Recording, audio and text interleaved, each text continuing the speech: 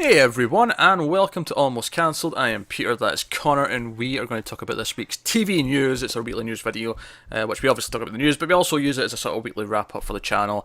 Talk about anything that changed in the week, anything that's coming up next week, and pick our favourite episodes of TV the past week. So that's what's happening. That's what's going to happen.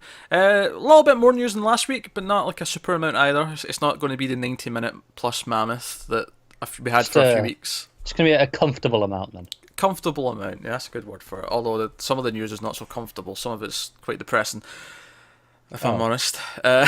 I think I know what you're getting at, actually. Now, yeah, there was no big new things this week on the channel, so nothing to really mention. No, I mean, it was quite a light week because Better Call Saul took the week off. It did. We didn't know it was taking the week off, but it did. So there you go. So. Yeah, it was a lighter week. We will mention that we are going to start looking at the stuff that we put on hiatus because we were having a couple of rough weeks in terms of scheduling. So a couple of things, namely iZombie and Outcast, kind of got left, on the back burner because we just couldn't fit them in. We are going to look in the following week or so at starting to catch up on those. So that is coming. Another thing to announce that's coming soon actually is we did mention a while ago, we announced what it was actually on the final Twin Peaks of the old stuff. Obviously we're doing the new Twin Peaks episodes now, but we have another limited already cancelled that we're going to do over the summer. And already cancelled, if you've never bothered checking any of those out, it's basically just what we do with new shows, and that we review every episode, but we do it with an old show. So we do it sort of, the idea is we're going to go 2 a week over the summer, and we're going to review The Leftovers, which is only just finishing its final season right now. So we're going to do all 3 seasons over the summer, and we're going to start that next week for Patreon, because Patreon gets those episodes a week early. Already cancelled, they get a week early. So if you want to spend just $1, you can get theirs a week early. But if not, it'll be the following week that the first ones are going to go up. So we're going to be doing 2 of those a week and finish early September. Is the plan. Yeah. So that's a fun summer project that we're going to have going. So hopefully that sounds of interest, and we can theorise and stuff and all that, and basically have the ongoing watch experience even though it's already finished. Yeah, and we think it worked fairly well with Twin Peaks. It did, yeah. I was glad we did that, and I'm enjoying doing it with Star Trek, which obviously we've got going once a week just now. Yeah, and something, obviously, if you didn't watch Twin Peaks along with us, you won't have got this little bit of thought, but I found I enjoyed watching it like that in a weekly or twice weekly format more than just binging it, because it allowed us to have the discussion that we typically have, and that really adds a lot to the enjoyment of the show. Yeah, so if you've not watched Leftovers, you were thinking it's something you wanted to get into, maybe you could watch along with us, watch the reviews. If you've already seen the show, then you can just enjoy us speculating and analysing as we go, and maybe laugh at us if we get something insanely wrong. But so that's coming. So with all that said, let's get into the actual news of the week. And the first thing is the depressing thing. Quarry has officially been cancelled at Cinemax. We are not getting a season 2. It's a shame. Just giving it moments of silence. Mm-hmm. It's really upsetting. That ended up being one of the best new shows of last year. We started quite positive in the first episode, but by episode 4 we were like, that was one of the best episodes of TV we've ever seen. God damn it, that was fantastic. It was phenomenal. Yeah, and then the direction throughout that like massive oneer at the end. And the finale, and the Vietnam flashback. Oofed. So good. It was an incredible sleeper show, because we had no idea it was on. We kind of just checked the schedule. It was like, what's replacing Outcast? I think it was Outcast. Yeah, it was Outcast that was ending, and it was like, what's coming on instead? And it was Quarry. And yeah, so I mean, admittedly, it's lucky at least at the end of the season does kind of work as an ending. If there was going to be no more, it still kind of feels like it's a conclusion. But obviously we were hoping for more because it was so good. Yeah, so that's a shame. Cinemax. The showrunner was saying that they had pitched the season 2 to Cinemax. It was going to be 6 episodes. Season 1 was 8 episodes, if you recall. But they were going to do a 6-episode season 2. It was going to be set a little bit later. Quarry was going to be more deeply into the Hitman world that he was sort of. The season 1 was about him entering, and it was going to be set right before Watergate. Like that was going to be on the horizon, and it sounded quite good. It sounded like, this could have been. Yeah, didn't he say they were all already written and everything? Yeah, they wrote the entire season already. Yeah, and correct if I'm wrong, the reasoning that we are told that they didn't go ahead with it was they were focusing on their branding and they were going in a different direction. Yeah, with they want action their network content. overall. Yeah, they want action shows and things like that. And Not sure that bodes too well for Outcast either. Then, frankly, probably not. No, that happened to have already been renewed when season 1 ended, so that's why we got more of that. But oh well, it's a shame. But Quarry, rest in peace. So if you didn't watch it and you're thinking, is it even worth watching? It is. It has like a reasonable ending to like sort of. It feels like it could be open, like there could be more, but definitely the arc of the season did feel fleshed out. It did feel like it concluded, and it's still very much worth your time watching those 8 episodes. It's really, really good. Yeah, so definitely one of the best TV shows in the last few years, and it's just so worth watching. So I highly recommend it. Also cancelled this week, Netflix cancelled Sense8, which has had 2 seasons and a Christmas special so far. And that's I don't give a shit about this one though. Yeah, I don't really care about this one either. I think it's notable because Netflix don't cancel a lot of stuff, and they've cancelled this and The Get Down last week. So obviously they're trimming a little bit of the fat. It's also worth noting that both these shows were really expensive. Sense8 was notorious because they shot everything on location, and it was set over 8 different countries that were all in different continents. So you can imagine how expensive that was to film as a TV show. They also said that the budget per episode doubled from season 1 for season 2. So I don't think I blame them for this. No, this is the thing. Like Netflix, they don't have like adverts. They have a set amount of money where they can predict, all right, we're getting this much, and it's got to go on these shows. And they keep adding shows, and it feels like there's got to be a point where they hit market saturation because of just kind of feels like everyone has a Netflix account, doesn't it? Yeah, and the funny thing is that I think they're doing a wide variety of stuff. They've got so much new content coming, original content that I'm interested in of varying degrees, varying budgets as well. I mean, we really enjoyed the OA, which obviously is a much lower budget show, but we were really into that, and it got a season 2, and it probably got a season 2 because for the amount they spent on it, it was worth the buzz that it got. Yeah. Same with something like Travellers, which is a co-production with a Canadian channel, but still, same thing. Like, for the buzz that it was getting, for the budget that we're spending. But it's these really expensive ones that, Get Down, Sense8, The Crown may be in danger next year. I think they said that got a lot of buzz for them, at least for season 1. That had a lot of... Yeah, that's what I mean. But, the first part of the Get Down did as well, did it not? So... It got it based on the name of the Baz Luhrmann, who's the man behind it. Like it got buzz based on him, but I think it's a case of it wasn't that great, and because it wasn't that great, there was no buzz for the second part. I think that's the danger of splitting your season in half like that and it not being exciting. Whereas I feel like Stranger Things getting into season 2, there's so much buzz because everyone loves season 1. Yeah, that's true. And obviously, I don't think either of us even tried to Get Down. No, I've not. So we can't speak to it. I can speak to the like half of the first season of The Crown from what I've seen. It's very good. So I understand why there'd be a buzz for that, even with it being so expensive. Yeah, because I think House of Cards is pretty expensive as well, mainly because of the talent they've got involved. But yeah, I think again that's still getting buzz into season 5, so that's why they like having that. It's the pedigree. Yeah. Also, it's kind of bothered me that they did release that on a Tuesday, because I'm just concerned now that they've broken the trend of it's always on a Friday. So when they said Halloween for Stranger Things, and we were like, yeah, but it will just be the Friday before. It might not be. It may not be. That's true. And it's just a concern in the sense that I really like Netflix shows and Amazon shows to the same extent, just being on a Friday, because it means, right, I know when they're going to be. I know they don't interfere with all these other shows. I think it'll typically be a Friday still. It'll just be the odd special case where they go, no, we're going to put it there for X reason. Yeah, whatever reason.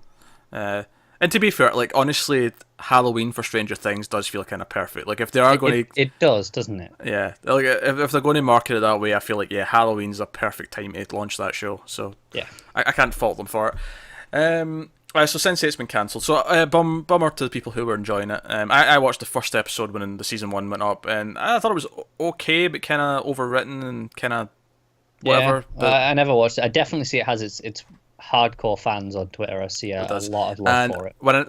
I only know this because I seen people talking about it when it get cancelled, but apparently season 2 ends on a cliffhanger. Oof. So I feel bad for you. I really do. Yeah. It's never nice when that happens. I mean, we say that a lot, but it's just not. But So, here we go. All right, so next up, this is kind of a cancellation in that it never really existed yet, but this was news that we had like a year and a half ago. It was 2016. Maybe even, yeah, it was early No, I'm pretty sure. 2016. I'm pretty sure it's 2016. Yeah, it was early 2016. We had this news of a new Tales from the Crypt coming from TNT. M. Night Shyamalan was on board as producing it, and that was even part of the inspiration for me and Tim starting to kind of like already cancelled. We do old Tales from the Crypt episodes every week. Yeah, and this was what started the horror block thing. Yeah, this was going to be the horror block, and we heard news again a while ago now. It's been quite a while since we heard this, but it was in a bit of limbo because rights issues. But there was a lot of complicated rights to do with the fact that HBO had the show, but the comic company owns the, and there was various mixed rights and then production companies and stuff. Basically, it's officially kind of on hiatus. They've basically shelved it for now. They're not going forward with it. They're saying that never say never. It's still a possibility that they could go back to it later, but for now it's not. And they're also pursuing this sci-fi block with Ridley Scott. And the funny thing is, that makes it sound like they're not doing the horror block, which is a shame because some of the other shows in the horror block sounded interesting. Yeah, that's the thing, because that was the wording as well for me, that they mentioned the sci-fi block like it was instead. Yeah. And that is a shame. To be fair, horror and sci-fi are my two favourite genres, so I can't... Yeah, you can't, but Yeah. You thought for a time you were having both. Yeah, for about a week I thought I was getting both, and it was exciting. Admittedly, they could probably bill it as kind of like a mix, and they'll have maybe some of the shows from the old horror block that they were going to have, but still... I mean, they could still probably do a horror block, because there was still a few... they had a good few horror shows still. Yeah, they had 2 or 3 shows in development, but I mean, maybe they passed on all of them. Maybe all of them weren't that great, true. And maybe that's why they're pursuing the sci-fi. But I like sci-fi, so I can live with that. It's fine. Yeah, it's not the end of the world, is it? They said there was at least one show they were expecting to greenlight to series for 2018, but they didn't name it, didn't say what it was, or descriptions or anything like that. It was just... I did see they were saying Ridley Scott may even direct some of it. Which is cool, he's a good director. As much as I was pissed off about Covenant, if you give that man a good script, he will return you with a good-looking directed version of that script. So I'm not worried about that. And it's not like it's been that long since they did a good movie. The Martian was great, so... Yeah, exactly. As much as I'm pissed about Covenant, check out the Alien Covenant review for more on that. I'm still kind of hopeful for this sci-fi block. Me too. Could be a new breath of life. No reason to doubt it yet. Yeah. Alright, so next up, we had some Game of Thrones news this week that the final season, which is season 8, might not air until 2019. And if you're keeping track of your numbers, that means it would be skipping a year. After already delaying this season till later in the year, we'd then be waiting. Yeah, this one delayed by about 2-3 months. Yeah. The normal. So they're saying it might not be until 2019 before you see it. But it's not set in stone yet. But they've not confirmed that it's going to be, but it's a possibility at this point. Which, I don't really care. I don't watch Game of Thrones, but... Yeah, it's one of those things where it's like, yeah, no one wants to wait that long, but if that's what you have to wait to get the same level of quality that you expect. I don't think it's interesting, though, that they've shortened the seasons, and apparently season 8 might even be shorter than season 7 is, and somehow it's still going to, like, they still need a year delay. Oh, it definitely is shorter, I'm sure. I'm sure they said that when they greenlit on both. Yeah, I'm just going from vague memory, which is why I'm saying I think so. Yeah. But I think it's interesting that you're going to need an extra time when it's a shorter order. It seems to me that maybe it's okay. We've got to wrap everything up, and it has to be. We've got this much time, and it has to be right. And maybe it's gotten a little bit complicated, and they're needing the extra time to unravel it all properly. You think it's the writing room rather than the shooting? Oh yeah, they said they haven't even started writing them yet. Like they've said that they need the time to write them, let alone do everything else. Well, I mean, it's kind of... I mean, obviously, I was like, oh... It's when they announced Westworld wasn't going to be on this year. I was like, oh... But then I thought, well, but if that means they're going to take the time and write, like, 10 more episodes and make sure they're crisp before they go off and shoot them, it's like, can I be that upset? Yeah, it's the same thing here, except you just don't care. Yeah, to paraphrase a video game thing, a delayed show is eventually good. A rushed show will be rushed forever. Yeah, that's it, isn't it? It's quality versus the time, and it's your choice at the end of the day which one you prefer. But well, I mean, that's the thing. They're going with we want the quality. Well, yes, It's fair to a point, but there's plenty of other shows that are doing it year after year on Oh, schedule. there are. You know, it's a rough thing to swallow, especially when they had been doing it year after year on schedule. Yeah. For a long time with more episodes. So Although some, myself included, would argue that the quality did dip. eventually, but you had like 3 or 4 before it did. Oh no, I think it started. I think it was on the decline after the first one. Oh, fair enough. So I mean, I think two was all right still, but 3 and 4 I don't think were very good. 5 I stopped watching entirely. Okay. Like I say, I'm looking at this for the outside because I gave up early season 2. I just wasn't into it. But they also mentioned that the spin-offs, any spin-offs that go forward, will not start until after the show's finished. So yeah.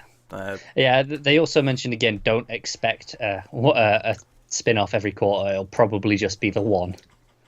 Which I could see them saying that and then doing 2 just because they want to have their cake and eat it. I can see them doing. It'll be like Walking Dead. You know, you have that and then Fear, and then they kind of alternate, don't they? It feels like there's always one of them bloody on. I can see them doing the thing where one of them will be spring and the other one will be fall. I can see them doing that. Yeah, that wouldn't be. If they want to greenlight 2, if 4 out of 5 of them are shit and they don't want to do any of them, then fair enough. But it also makes me wonder, like, how much of like those other scripts will become part of whatever show does. Like, will they say, oh well, we could do this as a subplot in the show with greenlight rather than. It depends if any of them are even in the same time period, or if they're all completely separate. I could totally see them Frankenstein and some of the ideas together. Oh, they might. I could totally see it. All right, next up, Supergirl has cast their big bad for season 3.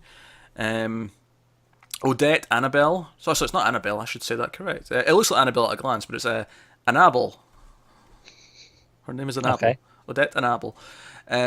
She's been cast as the villain, and I guess if you don't want to know who the villain's going to be in season 3, spoiler, mild spoiler warning. But she's been cast as Rain for season 3. Now, Rain is a character from the comics, obviously, who was introduced during the New 52 era of Supergirl, and she is a world killer akin to Doomsday. Doomsday, of course, being the beast that killed Superman in the early 90s. But basically, she was modified by Kryptonian scientists when she was an infant, which maybe ties into the final scene of this season of Supergirl that sort of teased something was coming to Earth. And Rain becomes an enemy of Supergirl when she arrives on Earth with plans to conquer it.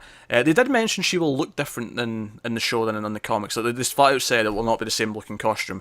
And to me, what that says is she will look like a regular person who will probably look like a normal person in normal clothes until she reveals who she is to everyone. Yeah, pretty much. Which is fine. Admittedly, I do think these shows do that too often. Yeah, it's part budgetary and part that they really want to have a connection with the characters, and you can't do that. I know it's kind of annoying because like they had Klingon on like TNG every week in the 80s with some makeup, no fuss. Yeah. But she's just gonna be a hot chick, isn't she? Let's be honest. She's gonna. Well, it's a CW, so yeah. Yeah, she's gonna be a hot chick with regular clothes, and then she'll have like a battle outfit that she wears. Maybe I'm wrong. Maybe I will be wrong. But I feel like maybe there'll be a CGI transformation of sorts. But I can see her like trying to befriend Kara for a while first. Is that infiltrate? Kind of thing. And I mean, I'm still looking forward to it, even as tropey as that is at this point. Oh, sure. I can see there being a friendship triangle with her and Lena. I can see that being like a thing. But no, so they'd already mentioned that Rain was going to be the villain. They said that in some interviews when the finale was airing, but now we have an actress, so there we go. And speaking of CW, we have a cast update for Riverdale Season 2. Skeet Ulrich has been upgraded to a series regular. Which is actually kind of... I mean, no spoilers for Season 1, we won't mention why, but it's actually kind of curious that that's happened, given where his character was at the end of Season 1, but that's fair enough. So very interesting. That's cool, we'll see more of him then. Alright, so let's move on. So we have a premiere date for an Amazon show, which is coming in July 28th. It's called The Last Tycoon. This was a pilot some time ago in one of the pilot seasons.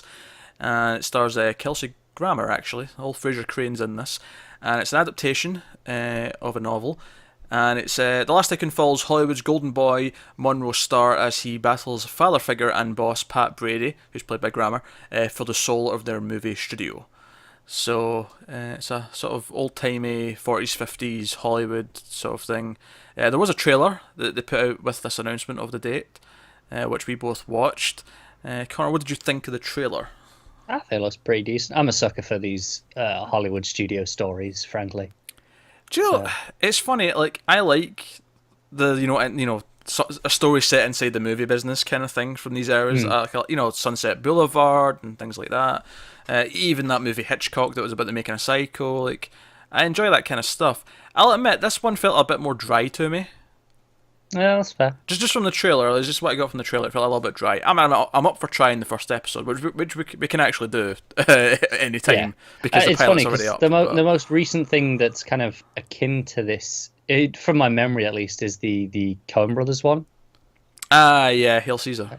Yeah, that's the same sort of thing, but obviously that was much more of a comedy, whereas this... Yeah, it was much more quirky because it's a Coen Brothers movie, whereas this feels a bit more like a straight family feud kind of thing, because it's about the younger character, and then Kelsey Grammer's daughter's there, and it's like this sort of thing, and it looks okay. I'm not super excited about it. Like, I think it's got potential, but I can see myself watching one episode of this and going, nah, I can't sit through it. It's possible. As I said, the trailer was okay, it was fine, but it's the premise in general is enough to get me to watch it. But I think it's safe to say we're probably willing to maybe do the pilot close to the premiere of this and see if we're willing to continue with it. It's going to be 9 episodes.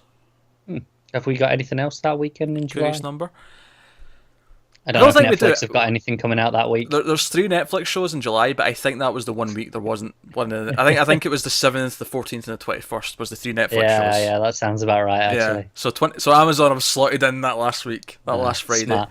Yeah, I think they waited for Netflix to announce their lineup and go, right, when can we slot this in? I think that's fair. So, Last Tycoon's coming July 28th, just to wrap that up. All right, next up. We have a new comedy in development at Showtime called The Studio. It's coming from Kevin Hart and rapper-actor Tip T.I. Harris. And it's basically a workplace comedy. It's set in a music studio. It will chronicle the day-to-day and the night-to-night antics that happen in a music recording studio, the people who work in this very unorthodox office workplace, and the conversations you have when your peak work hours are from midnight till 6 a.m. Which I think is a quite good setting for a comedy, actually. Oh, I'm down, yeah. Well, I'll find it funny. Depends entirely on what the comedies are like. But the core premise, again, we say this about a lot of comedies, but that's a pretty decent premise. And I don't feel like I've seen it. No, I can't think of it either. It's I can almost imagine it's mostly not even about the music. It'll be about their day-to-day lives that they're complaining about, like their wives and stuff, or whatever, whilst they're trying to record. There'll be obviously the problems and someone going on the coffee run to whatever place is open at that time of night. Yeah, it'll be the conversations between the takes that'll be the interesting part. Yeah, I can see it being that. And I'm sure sometimes the songs will be like ironic or touch on the themes that are happening, but but I imagine that'll be a much smaller part. Yeah, it's a pretty good concept, actually. So yeah, it's Showtime, called The Studio. It's in development. All right, I've got a lot down for this one. This is actually casting as well as a green light. They locked in the 3 lead cast members, and because they locked them in, they've greenlit the show. This is also Showtime. It is a limited series, going to be 8 episodes, I think they said, and 8 episodes. It's called Escape at Dannemora. And it's set on a real-life event, actually. It's very recent. This happened in 2015. The cast that they've added is Paul Dano, Benicio del Toro, and Patricia Arquette. So all notable names. They've got quite a set there. So 8-episode limited series. Escape at Dannemora is based on the headline-making true story of a 2015 prison break in upstate New York, which spawned a massive manhunt for 2 convicted murderers who were aided in their escape by a married female prison employee with whom they both became sexually entangled. So that's the premise. Okay. We've also got a bit more, the character descriptions for the 3 of them. So Del Toro will play convicted murderer Richard Matt, an artistic yet intimidating force within the prison, who masterminds the escape. Arquette will play Tilly Mitchell, a working-class married woman who supervises the prison tailor shop and becomes sexually involved with both convicts, including her assist to them with their escape. And Paul Dano will play David Sweat, or Sweet, depending on... that's the thing, that could be either. It depends what how it's pronounced. But a convicted cop killer who uses his good looks to seduce Tilly and becomes a reluctant partner in Richard Matt's plot.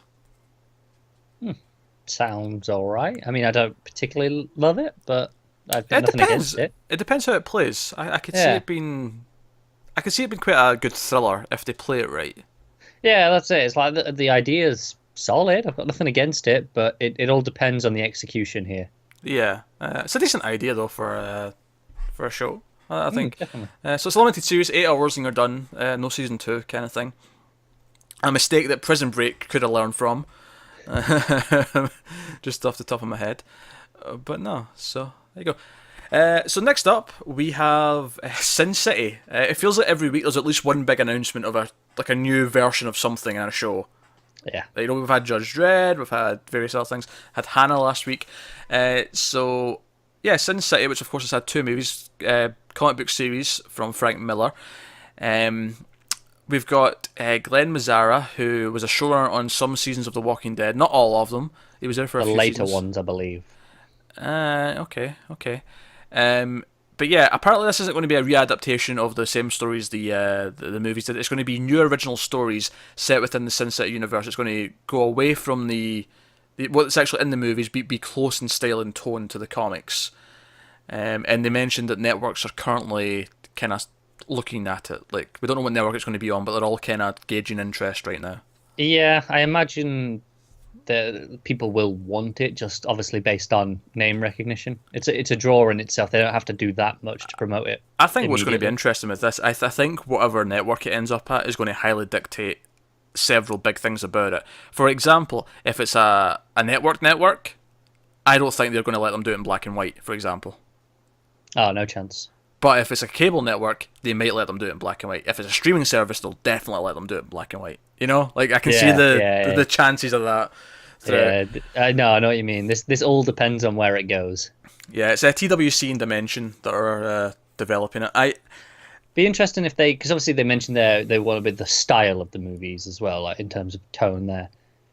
If the the comics. They said close to the comics. They said it's a departure from the films, which could mean the style's not going to be the same either. It could mean a more traditional filmmaking style. Yeah. Which makes sense because they insist on certain things, though. Like, oh, we want it black and white, and we're not making it with you unless you allow that.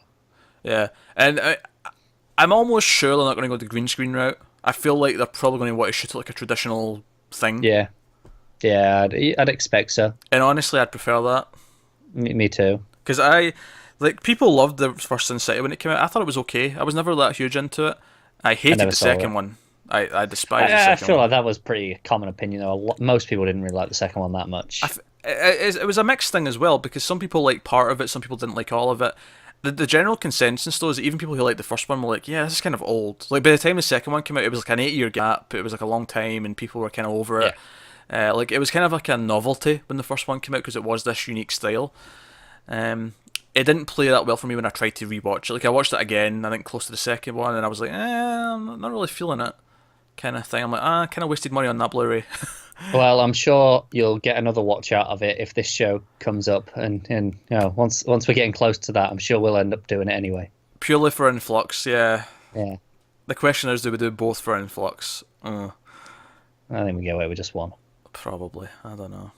We'll probably have a lot of other stuff on the slate, and we can squeeze in one, but not two. I suppose the one selling point for you, though, what's her? Penny Dreadful. What's that actress? English actress, dark hair. Pale. Yeah, that narrows it down. Eva Green? Is Eva Green? I've not watched Penny Dreadful, so I don't know who's in it. Is it Eva Green? Oh, that's good. This is bugging me. I think it's Eva Green. She's naked a lot in the movie. If that fair enough. Tickles your fancy, but yeah, that's kind of your one selling point. To be honest, the rest of it's kind of. Is this the second one or the first one? This is the second one. All right. Okay. Alright, next up we have a bunch of shows in development at AMC. We've got 3 in particular. And AMC do things a little bit differently than other networks. They've been trying to get away from the pilot kind of system, where they just kind of they let writers develop like what the whole season would be before they like decide to greenlight it to series or not. So they've got 3 in development. None of them are greenlit. They're all just kind of at the sort of pitching, here's what the season will be stage. But the first one is called NOS 4A2, which admittedly does not roll off the tongue particularly well. It's based on a novel by Joe Hill. Oh, interesting. Yeah, that piqued your interest. That's Stephen King's son, for anyone who's not as familiar with him. It's about Victoria McQueen has a secret gift for finding things: a misplaced bracelet, a missing photograph, answers to unanswerable questions. Charles Manx is away with children. He likes to take them for rides, transporting them to an astonishing and terrifying playground of amusements that he calls Christmasland. Yeah, it is a creepy, addicting thing. He's stealing kids. Vic, with her gift, is the only one able to track the superhuman Manx. But finding him is the easy part. Defeating Manx and rescuing his victims will take everything Vic's got and nearly kill her in the process. I'm not sure what Manx's superhuman power is. I guess he maybe has some sort of mind control over kids. Yeah, perhaps. That's all I can get from the description. I don't know if there's more to it than that. Yeah. But sounds pretty interesting. Yeah, this is like a right dark show. Do you know what? This is what I'm gonna say. Obviously, most of AMC's content, I kind of go, that's AMC. Obviously, it doesn't apply to everything. Of course, because they have Breaking Bad and Better Call Saul. They've got pedigree. Right, but a lot of their stuff, I kind of feel like, this is just AMC being AMC. Yeah, we felt that way about The Sun, for example. It felt like a very generic AMC show. Yeah, I like this idea. I like what they're doing with they're getting away from pilots and going, here, develop a season and pitch me on that. I think that's actually quite an interesting way for a network to go. I just like how dark this is. Like I like the Christmasland kind of kiddies, come to Christmasland. Like it's pretty horrific, and I'm interested. I am also interested. So that's NOS 4A2. Needs a better name. Maybe it'll make more sense once we see what it means. Like in the show, like is this a code for something, and then maybe it'll perhaps have meaning. So yeah. Next up, also from AMC in development, called Pandora. Pandora is a global mystery that follows 3 converging storylines as ordinary individuals try to piece together dark secrets leaking out into the world after advanced malware dismantles encryption across the internet.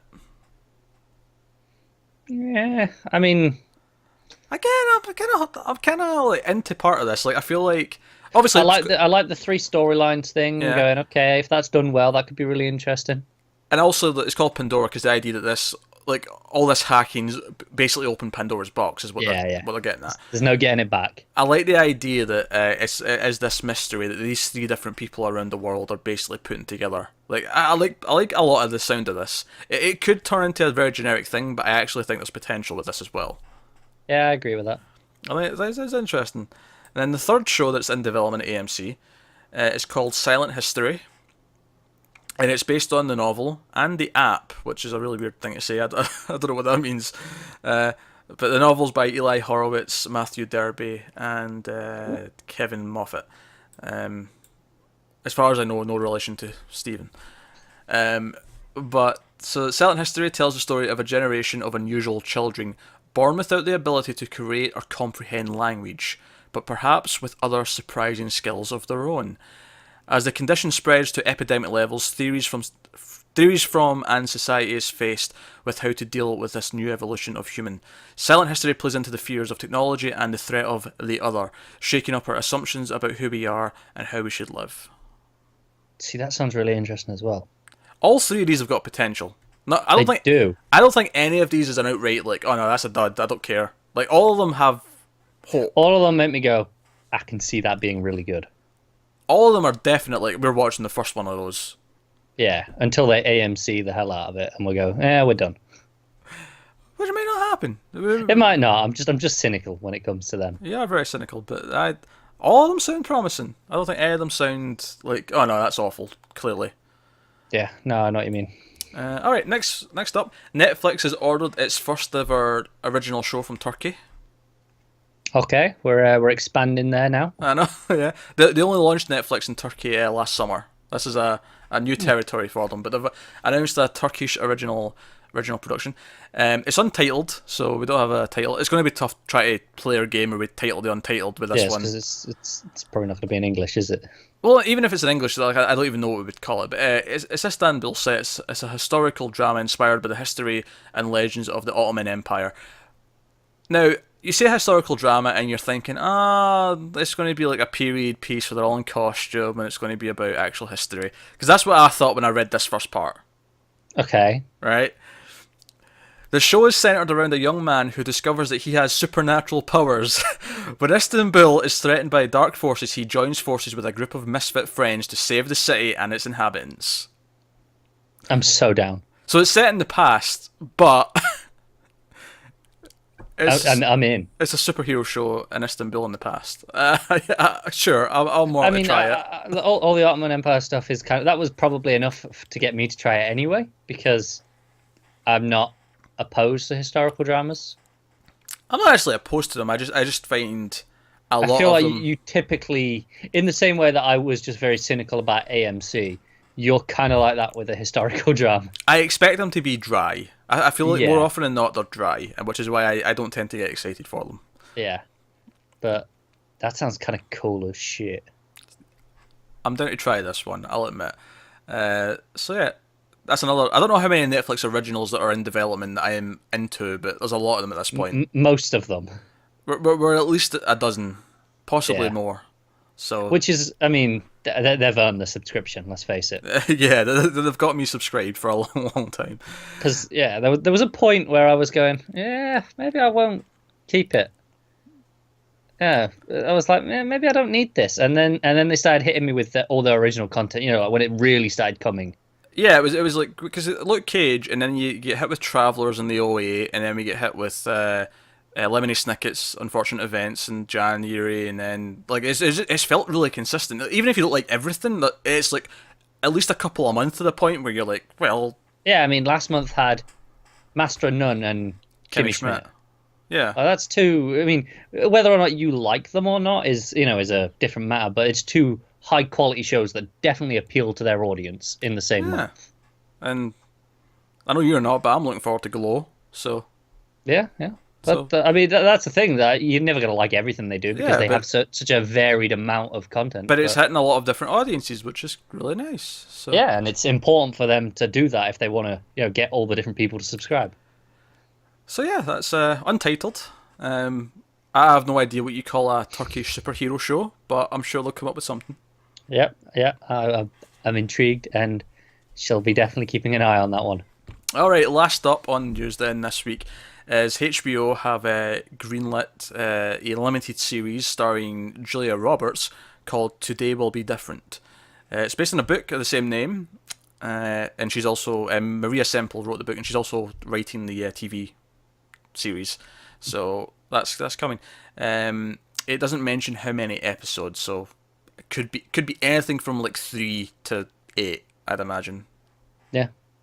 However, Today Will Be Different is the story of Eleanor Flood, who wakes up determined to be her best self, but then life happens, taking place over a single day. It is a rollicking portrait of one woman's fumbling but valiant attempt to navigate the naughty perils and sky grace of modern life. Honestly, that doesn't sound that interesting until it says over a single day, and then I'm like, oh, the whole thing's set on one day. Yeah, it's got a gimmick basically. Yeah, but it's not a bad thing to say that. Oh no, yeah, I just mean it sounds like, oh, that could be fun, like the way they, like all the things that happen in our day that are going to mess up our life. Yeah, like, yeah, exactly. How's it without that, it's just another drama that hasn't got anything that sets it really apart. Then you go, it's got its hook. It's got okay, it's all in one day. Okay. Skynet tried to stop you from speaking there, but we got the gist of it. But yeah, no, I agree. Yeah, it's like, I mean, it's not going to be quite real time, but it's almost it's like 24, but without the action. Like it's more about a character piece. Yeah. Kind of thing. I think it's, and I'm not super excited about it. I mean, it could be dry as hell. It could be uninteresting. It could be annoying. Even it just depends on execution. But at least the idea of a show like this taking place in a day for the whole thing sounds kind of cool to me. Yeah, definitely. So, potential. Lots of potential in the news this week. Yeah, it is. Lots of Obviously, potential. I know we spoke on Netflix quite a few times in this. What do you think about the Netflix boss talking about cancelling shows? Because obviously he put out this statement saying, there's the headlines like we should be cancelling more shows, and just wondering what was your opinion on all of this? My opinion. Well, I'll tell you the story of my interaction with this. I saw the headline, didn't really think much of it. Saw they cancelled Sense8. Mentioned it when I said to you, "Oh, they've cancelled Sense8," but they said they were going to cancel more stuff. I'm like, so I'm kind of glad they picked some stuff I wasn't watching. And then Hope you, for Iron Fist. yeah, well, yeah, get to Iron Fist. Hope that was what I said. Yeah, I said hope Iron Fist is next. I think was my next statement. And then you told me off because I clearly hadn't read the article because it wasn't so much that they wanted to cancel more of the shows they have. It was kind of clickbaity the way they worded their title, and I thought fair enough. And then I said I won't read that then, and then I never did. So. Oh yeah, okay. So basically, what it was is he was saying that as a company, in their original programming, they should be taking more risks. They should. So by its very nature, things should fail because they should be risky. And if you're taking risks, not everything's going to work. So there should be some cancellations because of that. I actually kind of like that way of thinking. I agree. It kind of feels like he's going. Now we've been playing it too safe, and it's working, but it's not good enough. I don't even feel like they have been playing it too safe either. No, really. but that's clearly his opinion. Oh yeah, sure. But honestly, that line of thinking is like the complete opposite of like the rest of TV and even Hollywood. Like, yeah, they just want something they can bank on. It's all about playing it safe for them. The idea that Netflix is saying, no, we want to strive and do interesting things that are different is like, yeah, I'm glad someone's thinking that way because it feels like the rest of the industry, more often than not, doesn't want to think that way. They want the safe bets. They want no, let's have the fifth Pirates movie instead of funding an exciting new original idea. Let's have like Baby Driver. Like Baby Driver, yeah. But we could have had another exciting original idea if they didn't could have. fund. That was my point. It's like they're the two like contrasting things that spring to mind. Something that's going, oh, another one, name recognition, that'll do. Versus here's something. Now, admittedly, I'm picking on the Pirates movie just because I don't like Pirates of the Caribbean anyway. But there is any number of things that you could use. Yeah, exactly. I could use anything. Yeah, because the reason why I picked Pirates is there was news this week about Pirates and Baywatch underperforming and they're blaming Rotten Tomatoes, and that's a whole debate. We could do a whole hour-long video on that argument. Oh yeah, we can. I got riled up at that stupid statement, but but it's again like they wanted to do a Baywatch movie because it's name recognition, even though it's from the 90s and like does anyone? No one cares about Baywatch the same way that people cared about other things. Yeah, honestly, to bring it back to relevant to this video, it's what I said about Sin City. Networks, all of them, they're going to go for it. Because they're going to go, yeah, there's a name there. That's easy. Yeah. And it doesn't matter. The quality of it almost isn't that much a factor. It has to be a certain level, obviously, but it matters to us if we keep watching it, obviously. Of course, but to a lot of the networks, they're going to go, hey, Sin City, that's easy to sell. Yeah, exactly. That's how they'll think. This is an easy to sell, not that it's. Yeah, not that it's going to be good. It'll just that this will be easy.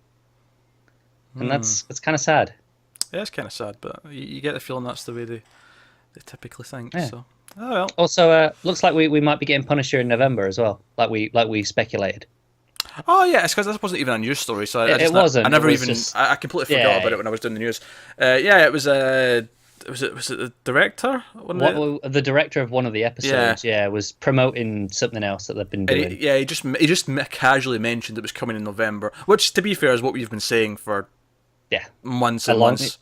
Pretty much since we got the. I mean, Defenders Day. That was the absolute latest that we started saying that. It was definitely earlier, because I think even before that we were saying, Defenders is probably coming this summer, and then we'll get Punisher in the November slot that a lot of the other Marvel shows have had the last couple of years.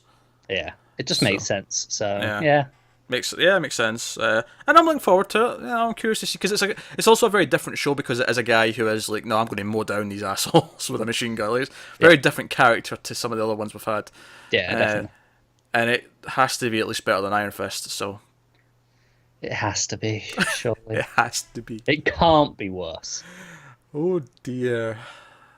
There you go. That is the news this week. What we always do now is we pick what our favourite episode of TV was of the week, and here's the real dilemma Okay. here. Are you making us pick between the episodes of Twin Peaks? they aired as a double. We can count that as one episode. Okay. Episodes 3 and 4 of Twin Peaks aired as a double on traditional broadcast, so we will count it as such. Okay. Then Twin Peaks. Yep, I will also say Twin Peaks. I feel like this is going to be a... Yeah, it's going to be a boring, and I feel next bad 16 weeks. because Handmaid and Fargo were both great this week. Handmaid especially was a knockout, but... It was. But the hard part then would have been if you'd made me choose between 3 and 4 of Twin Peaks. That would have been harder. That would have been hard. I think I know which way I would have leant by a smidge.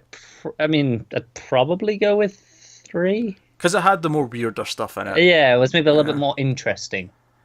But then 4 had some classic Twin Peaks things sneaking back in. And... Which is why I was really glad that you went, no, we'll just count it as one, because I don't have to think. No, that is fair. So Twin Peaks wins. But if I wasn't picking Twin Peaks, I'd have picked Handmaid's Tale, just for... Yeah, I would have as well. Fargo was excellent.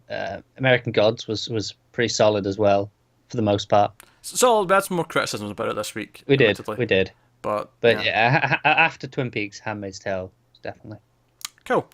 All right, there you go. As for next week, we actually do have one thing starting next week. Winona Earp, Season 2 begins Summer is here. So, summer is here, guys. Yeah. That was one of our summer shows last year. It's a summer show again this year.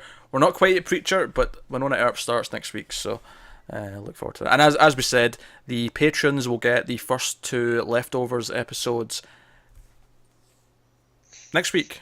Yes, we're planning for Thursday. Thursday should be the first one for Patreon, sometime on Thursday evening.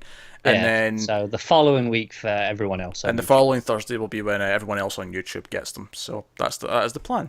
And since I just mentioned Patreon, I'll do the plug for that here. You can go over to patreon.com/MildFuzzTV and check out some of the bonuses you can get, including, of course, getting the already cancelled a week early for $1. You also get a few other things early for $1 as well. And then there's some other bonuses in the $5 tier if you want to check out those and see what you fancy. But actually, it's worth noting we just had our first full month of Patreon, and we're actually halfway to our first goal. Our first goal being that we will do a second news video for movies as well. So if you're... It's funny, because obviously you mentioned the whole Rotten Tomatoes thing, and if we were doing a movie news, that is where you would get that entire discussion. That would have been where we went on a massive discussion about that. That would have been a long episode. Anyone who follows me on Twitter would have seen some ranting from me earlier about that. I'm sure. I went on a bit of a tirade. Of course you did. I may have told certain executives to go after themselves. Can't really blame you. Particularly at the statement of these films were not made for critics, they were made for the general public. And I particularly have a problem with that statement. That line just stinks of shut up and eat the shit we're giving you. I think the way I phrased it was they want to they expect us to just gobble up whatever shit they feed us and smile.